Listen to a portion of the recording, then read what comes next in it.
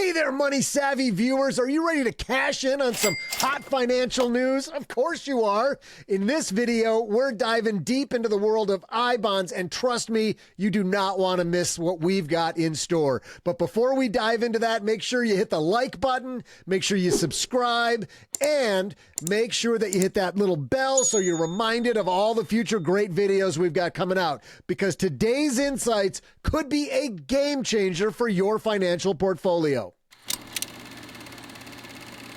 There's some big news out there on IBonds. About year and a half ago, rates for IBonds went through the roof. Everybody and their brother was buying IBonds. Everybody and their brother was buying IBonds. And Investopedia is making us think. Check this out. They say if you own U.S. Treasury bonds, it's a very smart time to cash them in, even if you don't currently need the funds. That's because two things are currently true. For one, iBond rates have fallen dramatically from the stratospheric heights they reached last year. That means you won't earn nearly as much going forward. And at the same time, rates on certificates of deposits continue to soar, offering their highest returns in 2 decades. This gives you the opportunity to move the funds you hold in iBonds into a CD where you can lock in a record rate that's guaranteed for months or years down the road. What do you think about that, OG? So IBonds are a government bond that are tied to the rate of inflation. So when inflation was really high, a couple of years ago, and that was kind of all the talk, one of the benefits of high inflation was these government bonds that were tied to inflation, which nobody used because for 20 years, they came out in like 1997, give or take, or maybe 98. But with inflation being so low for 20 years, they were hardly ever used. And the way that they work is that the government sets the inflation rate that's tied to the bonds once every 6 months. And so anything you buy during that 6 months, you get that rate for 6 months, and then they reset it in May and November. Well, as inflation has gone down, thankfully, so to have these rates. So now we're seeing these iBond rates are not the 9.6. I think that was the number that was the highest number, 9.62. Does that sound right? I can't. Woohoo! Yeah. I don't exactly remember what the number was, but it was in the mid 9s, and then they were 6s and so on and so forth. So now I think a brand new one's 3. Yeah. It's like 3.25 maybe. 3.25 maybe if you add new money to it, or the refresh rate's going to be 3. So this article is spot on. What's interesting about cash, I think, is for so long we didn't pay attention to it. We would maybe kind of shop it a little bit if we thought we were going to have a decent sized emergency fund. But if you had 10 or 15,000 bucks in your savings account at Bank of America and it was paying 0.1 versus the credit union that was paying 0.15, it's a lot of inertia. You and I have talked about this, about changing banks, how much of a pain in the butt that is. Yeah. And then you go, is it worth it to pick up an extra $5 a year of interest on my $10,000? No, it's not. But now with interest rates and savings rates and CD rates, money market rates in your Schwab account are over 5. That same $10,000 is now paying $500 of interest. So if you haven't paid attention to your rates yet, or you haven't paid attention to taking a look at where you can shop this, I think it's a missed opportunity.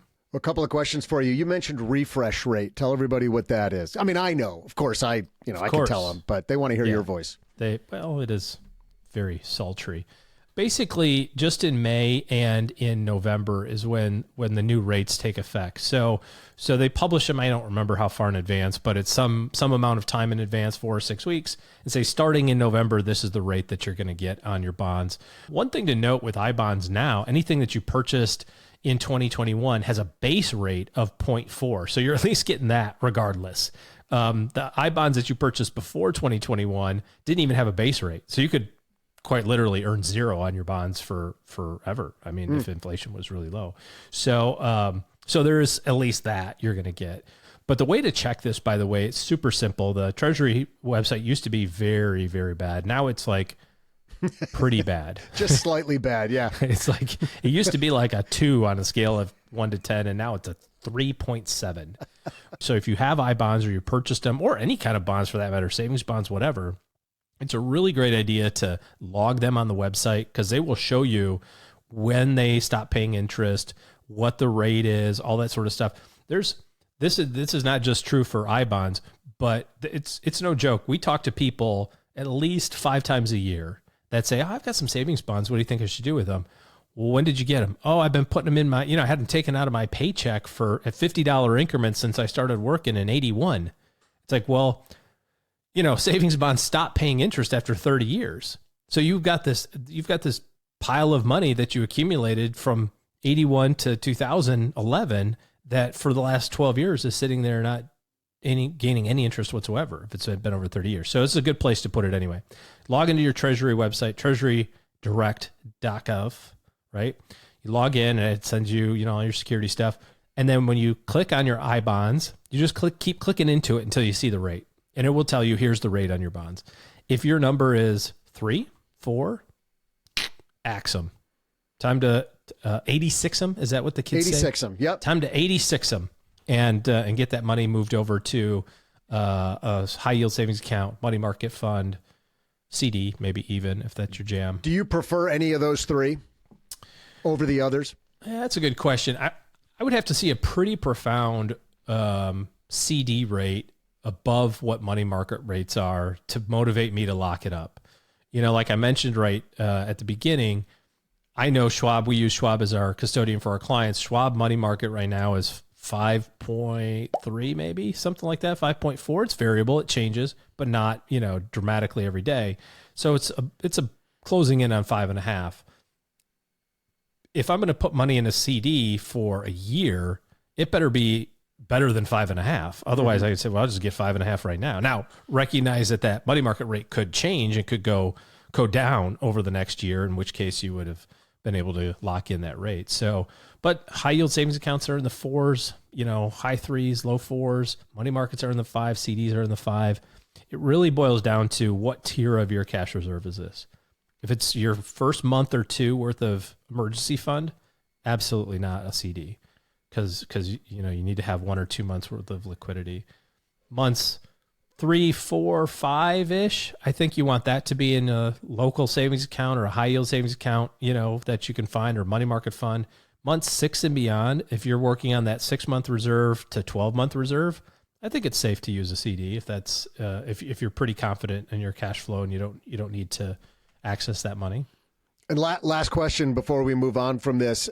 When can I sell my IBonds? Do I have to wait a certain amount of time before I can sell? Not only just factoring in, is it a good rate and a good time, but isn't there I got to leave it there for a year, 18 months? Yeah, there's 2 things to be aware of. The first thing from a timing standpoint is no sales are allowed for 12 months after you purchase it. So whenever you bought it, you got to keep it for at least 12 months. From months 13 through month 60, so basically where everybody is right now, if you've had it, you're going to give up the last 3 months worth of interest. So there's a penalty for selling it today, which is you just don't get that last 3 months worth of interest. Years 2 through 5, you're giving up 3 months. Year 2 through 5, yeah, correct. Years 2 through 5, correct. I'm lucky that you and I have talked about this. My IBonds are still at 6.5, so I'm YOLOing that until they crater it, in another month. YOLOing at 6%, baby. All right, 2002 OG. Crash, or straight cash, homie, as they say. But my whole $20,000 in my IBonds, but you know what? It's I made $2,500 in the last 2 years on savings bonds, or IBonds. It's not nothing. That'll buy me a bottle of scotch. It's of quite a nice one at that. Yeah.